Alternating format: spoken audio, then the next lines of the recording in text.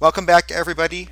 As you likely know, as a professor, I've been hearing a bunch about ChatGPT and how powerful it is. And I've especially been hearing about the negatives of ChatGPT, how it can be used by students and others to cheat, to plagiarize, to produce massive amounts of works that are not their own. And so I am concerned about this new technology, ChatGPT. But I'm also curious just about how accurate it is and how maybe it can be used as a force for good in terms of allowing us to remember and define terms quickly. And so I want to put ChatGPT to the test. I want to see how it defines rhetoric. And so first of all, I'm just going to ask ChatGPT to see if it can provide a definition of rhetoric. Right? Rhetoric is the art and study of persuasive language and communication.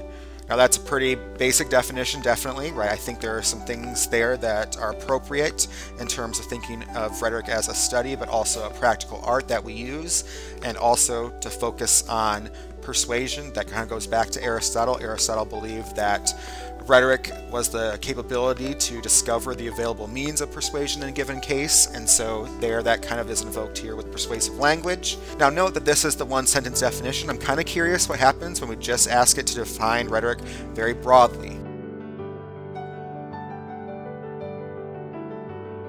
So here we have the art and practice of persuasive communication, particularly speech and writing.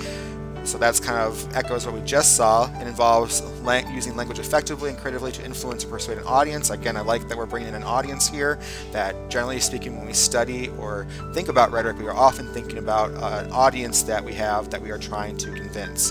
And then the definition brings up Aristotle a bit, right? The emotion, logic, and ethics, I think, is probably a good reference to, or a reference to Aristotle's ethos, pathos, and logos. I also like that idea that rhetoric is used for political, social, or personal goals. I think that is a very good way to think about rhetoric being useful for a lot of different things. We try to persuade people and make arguments about a lot of different things, and so rhetoric can be quite good. Now I'm also kind of curious just about asking it about Aristotle, what will come up. Alright, let's see. Aristotle, a Greek philosopher, defined rhetoric as the faculty of observing in any given case the available means of persuasion. I think that is accurate assessment. In this work, Rhetoric, Aristotle identified three persuasive appeals, right? Logos, ethos, and pathos, which just mentioned. Good, right? Aristotle believes that audiences need to adapt and use those three appeals. Yeah, this seems to be a fine, quick definition from Aristotle. Now, I wonder if it can get us to some other thinkers. So let's see if it can answer what is Kenneth Burke's definition of rhetoric. Okay, Kenneth Burke, an American literary critic and philosopher, defined rhetoric as the use of language as a symbolic mean of inducing cooperation in beings that are naturally respond to symbols. This is a fine definition. Certainly Kenneth Burke wrote that, so that is very accurate.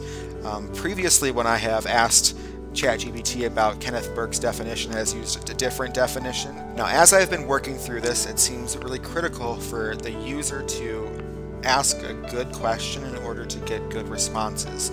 We would never have gotten to the definitions that Kenneth Burke had laid out unless I asked specifically about Kenneth Burke. And so I'm wondering if there is a way to get to Kenneth Burke without having that prior knowledge. And so I'm going to start by just saying list 5 definitions of rhetoric to see if Kenneth Burke comes up, or even if there is people that are cited. Okay, doesn't even look like people are cited. So it is, rhetoric is the art and practice of persuasive communication, particularly in speech or writing.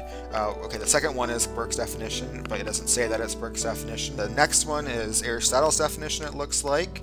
And I'm just kind of looking through it. Seems the fourth one also invokes Aristotle quite a bit in terms of the emotions, logic, and ethos, mapped onto ethos, pathos, and logos. It does seem like it has clear definitions. It didn't tell us who they came from, so maybe we can ask. Who do those definitions come from? Oh, okay, so I actually can. So it has Burke, it has Aristotle, so you could ask it to find that. It looks like the other ones are based off just kind of common definitions. So we did get to Kenneth Burke by just kind of asking for definitions and asking where it came from. Now, rhetoric has kind of been seen as a negative thing, right? It's seen as kind of bombast and what politicians say, and especially in higher education, sometimes rhetoric can get a bad name. And so I'm wondering if we can defend the study of rhetoric using ChatGPT. So let's see. Okay, here we go. Rhetoric is an essential aspect of human communication that has been studied and practiced since ancient times. The ability to persuade others through the use of language has played a critical role in shaping human history, from politics and religion to art and literature. In this paper, I will discuss the importance of rhetoric in various contexts and explain why it is a vital skill for individuals to master. And so it actually does kind of look like it can definitely bring out some examples and talk to us about the importance of rhetoric.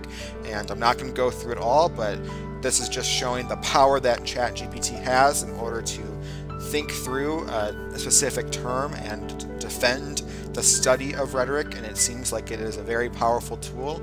I will say it does seem to me that not pre-existing knowledge or the ability to ask good questions of ChatGPT is important, and also having pre-existing knowledge so you know what to put into your questions might be important, but this does look overall like a very powerful tool that you can use to explain key terms.